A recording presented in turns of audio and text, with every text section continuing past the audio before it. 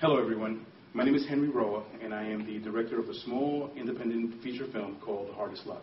Now, The Hardest Love is a fictional account of Victor Velazquez, an 80s freestyle music artist who is trying to stay relevant in today's youth-oriented music scene. Now, Victor's drug and alcohol abuse sends him spiraling down this dark path where he's forced to deal with some really ugly inner demons as well as some deep-seated family issues.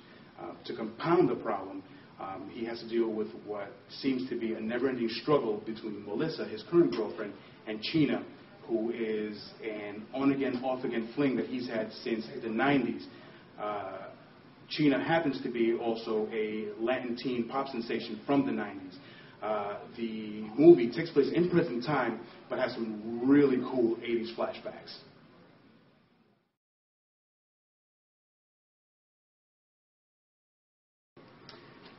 Before I really get into the specifics of this really exciting project, I feel that I have to give a little history on the background of freestyle music. If you weren't in New York during the early 80s, or if you weren't immersed into the freestyle culture, you probably don't know what it's all about, or you might have heard of freestyle music and not known what it was called. Some people called it Latin hip-hop, some people called it club music. But what I've done is I put a small piece together that I call a brief history in the history of freestyle. And hopefully, you will get a better understanding of what I'm trying to say. As an FYI, what I want to tell you is that I don't claim ownership to any of the images that I'm about to show. I'm merely using them as an illustration tool and as an educational tool so that you can get a better understanding of what I am trying to do. So that said, I hope you enjoy.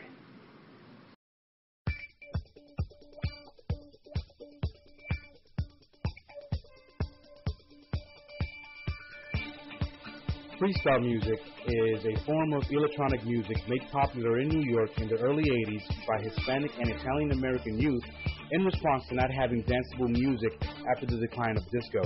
In the early 1980s, as disco's popularity declined in the mainstream, so did the radio stations' desire to play it. The radio stations, opting to play more mainstream pop, rock, and R&B to bolster their ratings, left their mainly Hispanic and Italian-American fan base who was used to dance music out in the cold.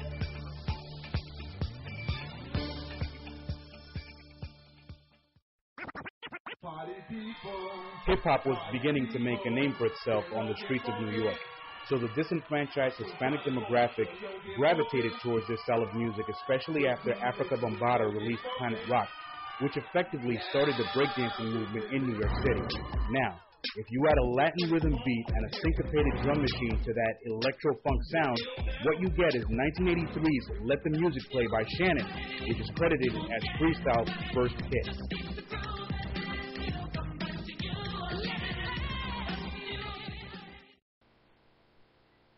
The new sound made tastemakers in Manhattan take notice. They were picking up on freestyle music, and while local disco clubs were closing, clubs in Manhattan like the Underground, the Palladium, Roseland Ballroom, the Tunnel, and Webster Hall were flourishing because of freestyle music. Freestyle music opened up a lot of opportunities for Hispanic Americans, as most of the original freestyle artists come from Puerto Rican backgrounds. Freestyle music picked up enough momentum to become a pop crossover vehicle. You have Lisa Lisa and Cult Jam, Coro, Lizette Melendez, the Latin Rascals, George Lamond, TKA, the Cover Girls, Exposé, Stevie D, just to name a few. All of these artists had crossover appeal and crossover hits.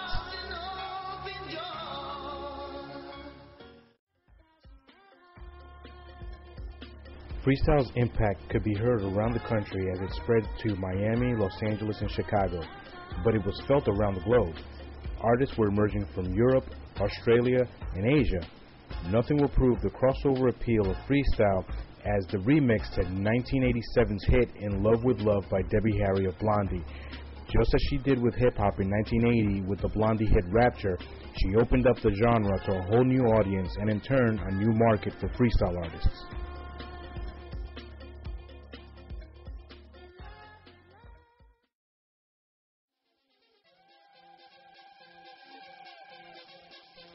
As with any genre that becomes so hot so quickly. Just as disco did before it, it died hard.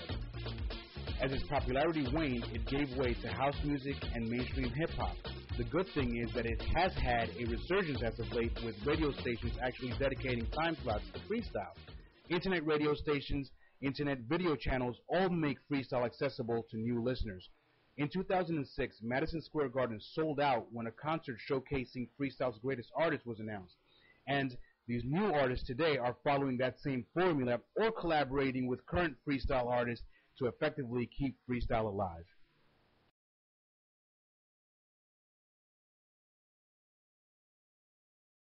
So, what I hope to bring to light are the staggering statistical numbers when it relates to domestic violence and violent crimes in our community stemming from alcohol and drug abuse. According to the website nyc.gov, nearly 14 million Americans, that's 1 in 13 adults, abuse alcohol and drugs, and that is 1 million in the New York City area alone. So my hope is that the film shows people, particularly young people, that you don't have to go to drugs and alcohol to solve your problems, that you can go to therapy, you can go to counseling, and you can accept the love that's coming from your friends and family to help you out. Little things like that really go a long way towards helping you recover and be a better person.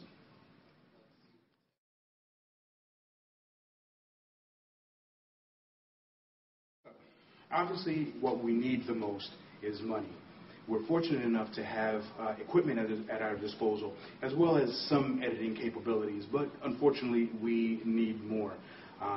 We would like to be able to treat our crew and our actors, who are all working for free because they believe in this project, but we'd like to treat them with dignity and respect and have them eat decent food as opposed to just lettuce and pizza all day. So that's why we've come up with the figure of $10,000. We feel that with that money and the resources that we currently have, we would be able to finish the film and have a little cushion in case something goes wrong. Now, if we don't reach our goal, we'll still go on as planned, but of course we're going to have to be a little bit more careful and tighten up our pockets, and unfortunately we'll probably wind up going a little bit check to check when it comes to it, but our plan is to still go on, and hopefully with your contributions, we'll be able to do this a little bit more comfortably than we have done in the past. Now, if you're not able to contribute, you can help us out by spreading the word, letting people know about our project,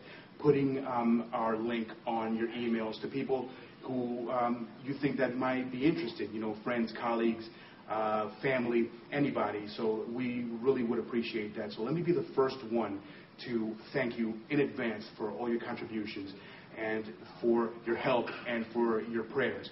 And hopefully you will be part of this exciting project. Make sure that you take a look at our perks list, because we have a lot of cool things for you guys. We have DVDs from this film. We have posters, we have T-shirts, we have copies of our last film that we're adding, producer credits. We'll mention you in the film.